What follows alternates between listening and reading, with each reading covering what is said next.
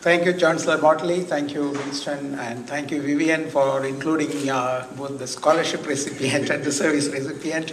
Thank you, all the colleagues. Everyone has a bad slide. This is my bad slide. Usually I have a lot of structures. This was a paragraph which Professor Hager wrote on me for the service award, and then somebody told him, no, that's not true, you should take it out. And then he took the paragraph and sent it to me. If you can't read it from the back, I'll read it for you. Sugumaran is one of the talented and gifted individuals who has the capacity for multitasking. This might be a product of his early environment. He was born in the slums of India and worked first as a common laborer before starting college at night and beginning his own business. He started his business by first providing food for fellow students at cost, and soon realizing that he had a knack of preparing meals that satisfied protein demands, people's taste, while still obeying the strict cultural laws of religious groups. He subsequently expanded his business to prepare standard and exotic food for parties of very wealthy clients. This business took off, and he became very wealthy and prosperous. The rich and famous fought over Sugu's cuisine and special catering services at their parties. It got so bad that to fill all his orders, he has to expand his workers to hundreds of cooks, waiters, and religious overseers. Sugu was not satisfied with this success, as he had an interest in the insects that plagued his parties with their biting of guests, decreasing their appreciation for the wonderful meals. Just think, if you are being savagely bitten by mosquitoes, would you be fully appreciative the delicacies of the shared vegetables adorning with various amount of spice and curry? Sugu decided to become a biochemist to better understand insects and how best to deal with them. He sold his business for a great profit and then went on to become a professor of biochemistry, and the rest is history. This was a deleted paragraph from recommendation made by Bill Hager. But seriously, I came to UMass after getting my master's as well as a PhD from two of the top institutions in India. I came in May 29th, 1979, came to Professor Herbert Lipke's laboratory as a postdoctoral fellow. So when I came to the airport, people who know Lipke, they know how vivid and how colorful he is and very active. You would have really liked Chancellor Motley. He's a very, very friendly person. So he comes to the airport, takes his hat, welcome to United States, Manickam, Sugumaran. And I was really impressed. So I thought, okay, I'll go. And then he invited me to his house. So I thought, okay, I'll go and stay in his house. It was the first thing, thank God, I made the first move. That night, if I had gone and stayed with my friend, I would have been stabbed to death, because my friend went to the lab in the night near Harvard Medical School area, and he was stabbed that night. And I would have been there. It is a miracle that he forced me to come to his house. So I go to his house, and he asked, do you eat meat? I said, oh, I eat anything which doesn't eat me first. So when I came to United States, I decided, Indian cows are sacred. Maybe American cows are not sacred. Maybe I will eat American cows. So he gave roast beef dinner. I didn't know the terminology. He came to my plate and asked, Sugu, how do you want your meat to be served? Rare, well done, or medium? I didn't know what they mean. I said, maybe rare. His house, as Kamal will vouch, rare is really rare. Blood was oozing out of the... I was horrified, and Mrs. Licky was very considerate, and then she looked at me and said, honey, I think he meant well done, not rare. So Herb Lipke was extremely nice. He was like a father figure for me. He was a mentor. We had a wonderful relation for the next 5 years. He was a guide, friend, philosopher, and I learned everything from him. After many publications, in 1983, I became an assistant professor and worked my way to become a full professor in 1991. I also served as the Associate Dean of Graduate Studies and the Department Chair.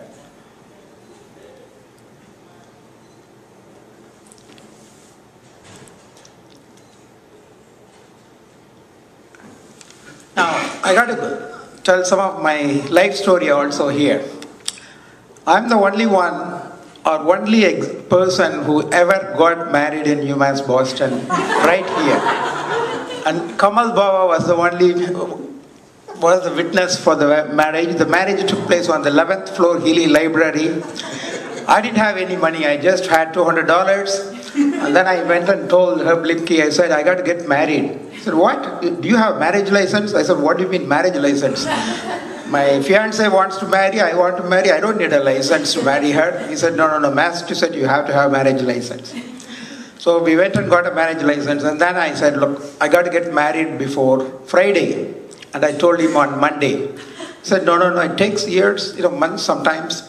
I said, no, my wife is supposed to leave the following week, or my fiancé is leaving to defend her thesis. If she goes to India, they'll find somebody and get her married, and I lose my fiancé, so I got to get her married before she goes to India.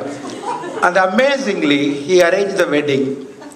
There was an English professor, I forget his name. He was also a minister. And Larry, I remember his first name only, I don't remember his last name. Larry Hill, I think. He officiated the wedding. Do you know him or? Yeah, he officiated the wedding. There were a very handful of people at the wedding. My kids were born here. In fact, when my kids were born, I was working in the lab. When my daughter was born, I was in the lab at 5 o'clock working. So my wife was already in the hospital at 11 o'clock in the morning, and she started calling, where the hell are you? I said, I'm coming, hold on, I got to finish my experiment. And anyway, it was a very good feeling. I was there when the baby was delivered. UMass is part of my life. Even nowadays, I just go on 93 South. I completely forget where I'm going. I'll come to the lab by mistake, and then I realize, oh, I shouldn't be here. I have to go somewhere else. And I sent my daughter to private school, and suddenly I realized I have to send them to public school. I had my education all in private schools, and then I said I have to send them to public school. So my son, I told him, you are going to UMass Amherst. It is not the end of what I heard from him. He's a stand-up comedian also, so he goes to the comedy clubs and then he performs. He says, my dad, for my sister, he sends him to this expensive prep school. And then for me, he says, hey, go to UMass Amherst. But he gave me a credit card. So he told me, you can spend up to $1,000 on the credit card. So I started spending $1,000 a month, and then my dad calls me and says, hey, $1,000 a month is not what I told you to spend. The credit card limit is $1,000. And said, oh, Dad, I thought I had to spend $1,000 within a month, otherwise I lose it. So my son was spending every month $1,000 to make up the cost difference.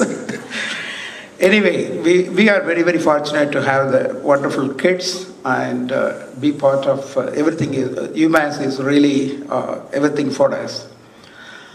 And by the way, we had just a few years ago, I won't tell the age now, we celebrated our 25th wedding anniversary. This is Herbert Lipke's wife, Barbara Lipke was there at the time, and several of our friends were also there, and it was a very memorable event for us. And I also recently celebrated my 1-2 song.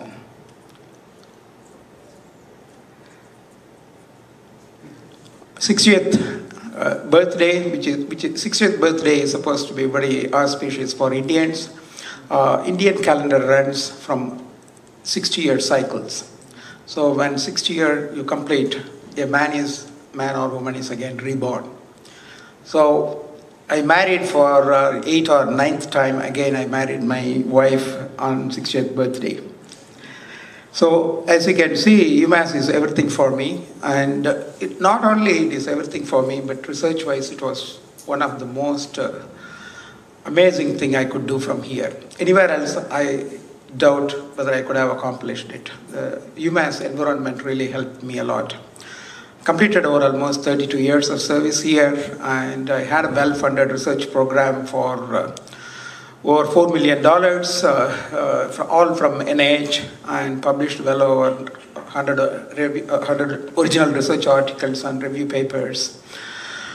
And the work which we have done is considered as textbook biochemistry case. It will be that kind of impact nowadays in science. It's very difficult to make, and I'm very, very happy and proud to accomplish that from UMass. Therefore, you can see that I'm so indebted to UMass Boston. And during the course, I have done a lot of service to the research profession, organized several symposia, workshops, and national and international meetings, reviewed a lot of grant proposals, and so on and so forth. I won't go into these details. But what I cherish most is doing service to university, because I want to give back something. So first we started, Dan Laufer, Bill Hager, and myself, we started first the biochemistry program, and now biochemistry program is one of the most successful program in sciences.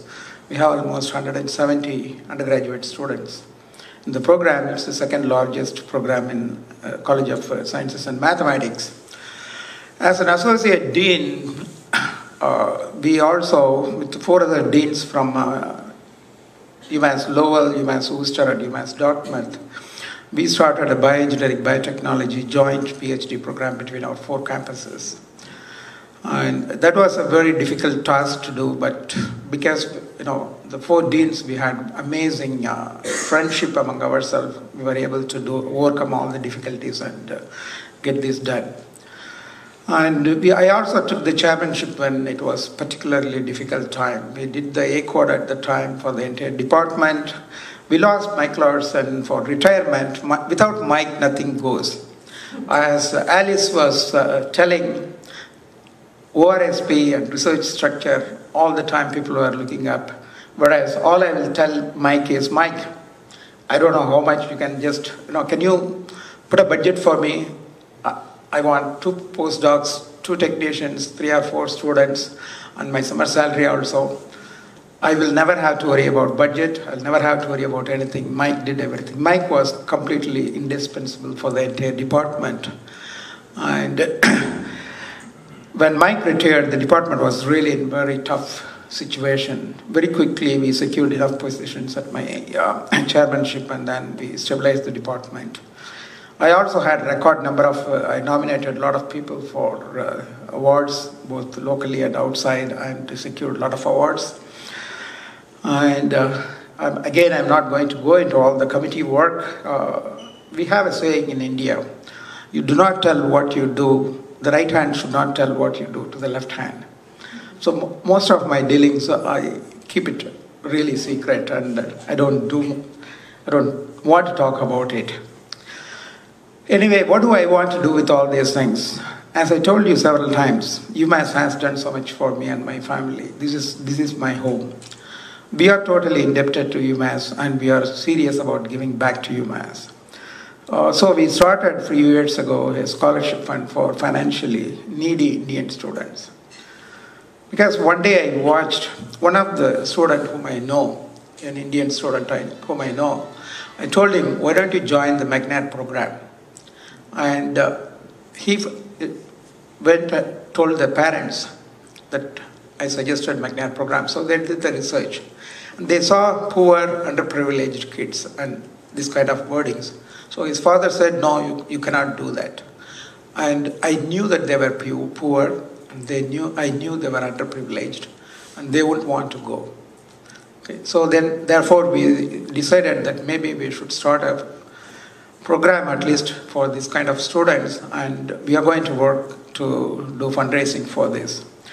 Again, I'm very much interested in establishing policies, working with Chancellor Motley and Provost Winston, especially on the budget and master planning committees. And I'm also very much interested in raising the CSM profile, because we feel College of Science should be like a football team for any college. It has to be strong, and that gives name and fame for a school. So I'm very much committed to working and enhancing all these goals. Thank you.